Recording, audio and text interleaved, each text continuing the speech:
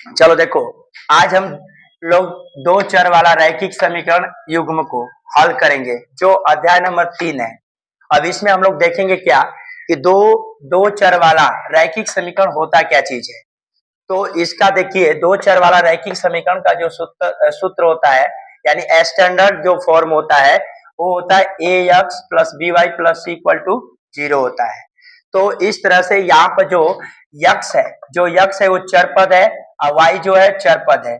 लेकिन ए यक्स के आगे जो ए आया है ए अचर पद है, वाई के आगे जो आया है बी ए अचर पद है। अब ए और बी दोनों यह गिनती की संख्या का स्थान लेता है। तो यहाँ पर ए और बी यह गिनती की संख्या का स्थान लेता है, इसलिए यह क्या है, अचर पद है। और यहाँ पर जो आया हुआ सी जो है ए भी गिनती की संख्या को ही दिखाता है, इसलिए ए बी सी भी क्या है, अचर पद है। अब जैसे देखिए, a x plus b y plus c बराबर क्या है, 0। जब यहाँ पर a x plus b y plus c equal to 0 हो गया तो इसी को कहते हैं समीकरण। लेकिन इसमें चर एक्स और वाई दो गो आया है, इसलिए यह हो गया दो चर वाला रैखिक समीकरण युग्म।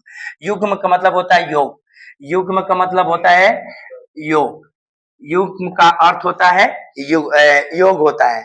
अब इसी जो दो चर वाला रैखिक समीकरण है इसी पर आधारित यहाँ पर उदाहरण दिया गया है। जैसे 2x प्लस 3y प्लस 10 बराबर 0, या 10x minus 2y plus 8 equal to 0। यहाँ पर सूत्र में क्या है, प्लस माइनस नहीं है, तो यहाँ पर प्लस माइनस भी होता है। ऐसा नहीं है कि यहाँ पर प्लस है तो यहाँ पर माइनस नहीं होगा, ऐसा चीज इसमें आता है।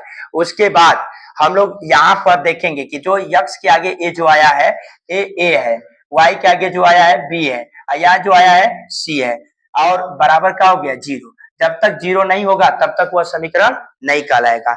जब तक बराबर 0 नहीं आएगा तब तक वह क्या कराएगा, समीकरण वह नहीं कहलाएगा। तो अब देखिए, यहाँ पर ये जो आया हुआ है ये हमारे स्टैंडर्ड फॉर्म सूत्र पर ही आधारित है। उसी प्रकार से यहाँ पर ए हो गया, यहाँ पर बी हो गया और यहाँ पर सी हो गया। तो हमारा जो यक्स वाई है, ये जो हमारा यक्स वाई है ये चर पद है, जबकि यहाँ पर आया हुआ ए और ए जो गिनती की संख्या है यही है अचर पद। यही क्या है, अचर पद। अब उसके बाद हम यहाँ पर चर, यहाँ पर जो आया है चर, तो चर का यहाँ पर हम क्या देखेंगे, परिभाषा। तो चर पद का परिभाषा क्या होता है, वैसे बीजीय व्यंजक जिनका मान बदलता है उसे क्या कहते हैं, चर पद कहते हैं।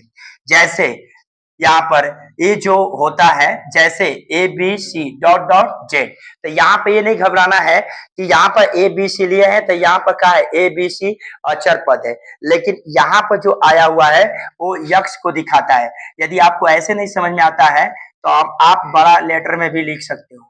बड़ा लेटर में, जब बड़ा लेटर में ए रहेगा, जब बड़ा लेटर में रहेगा तो ये चर पद कहलाएगा, क्योंकि इसका मान हमेशा क्या करता है, बदलता है। इसका मान हमेशा क्या करता है, बदलता है। अब यहाँ पर आता है क्या चीज, अचर पद। अचर पद क्या होता है, तो वैसे पद जिनका मान नहीं बदलता है वह अचर पद कहलाता है। इसमें क्या आता है, गिनती की संख्या शामिल होती है। और इसमें क्या शामिल होती है, तो इसमें आप लिख सकते हो कि इसमें वर्णमाला का अक्षर, वर्णमाला का अक्षर जो जो ए से जेड तक होता है, जो ए से जेड तक होता है वह शामिल होता है। का समझ में आया, इसमें वर्णमाला का अक्षर शामिल होता है और इसमें गिनती की संख्या। तो गिनती की संख्या एक से लेकर कितना तक होती है, अनंत तक। तो अनंत तक की जो संख्या है वह आपका अचर पद का स्थान लेती है। अब इसके बाद ये हमारा दो चर वाला रैखिक समीकरण युग्म का यहाँ से हम समझ जाते हैं। अब इसके आगे इसके प्रश्नावली में जो सवाल टूटेगा उसमें हमको बीजीय व्यंजक के रूप में लिखना है। दिए गए सवाल को, इसमें दिए गए सवाल को हमको बीजीय व्यंजक में इसको दिखाना है कि हम कैसे उसको इस समीकरण के रूप में सवाल को हम दिखा सकते हैं। जब इसके रूप में हम जोड़ देंगे तो वही हो जाएगा हमारा बीजीय व्यंजक का। समझ में आया। अब देखिए यहाँ पर, अब यहाँ पर इसमें कुछ कंसेप्ट है, इसको ध्यान देना है। जैसे क्या सवाल में लिखा रहेगा पूर्व, जब पूर्व या पहले आए तो हम घटाते हैं, यानी घटाते हैं तो इसका चिन्ह माइनस होता है। ये प्रश्न में कहता है, ऐसा प्रश्न में लग करके आता है कि पूर्व और पहले समझ में आया? तो उसको हम घटाएंगे। ऐसा हमारे बोर्ड में 5 नंबरिया में सवाल देता है, उम्र पर आधारित। तब पूर्व और पहले का मतलब घटाना। समझ में आया?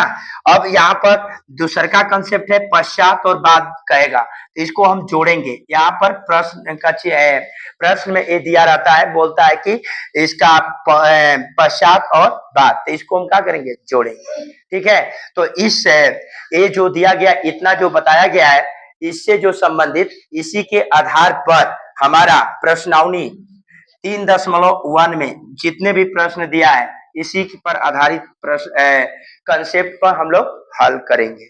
ठीक है,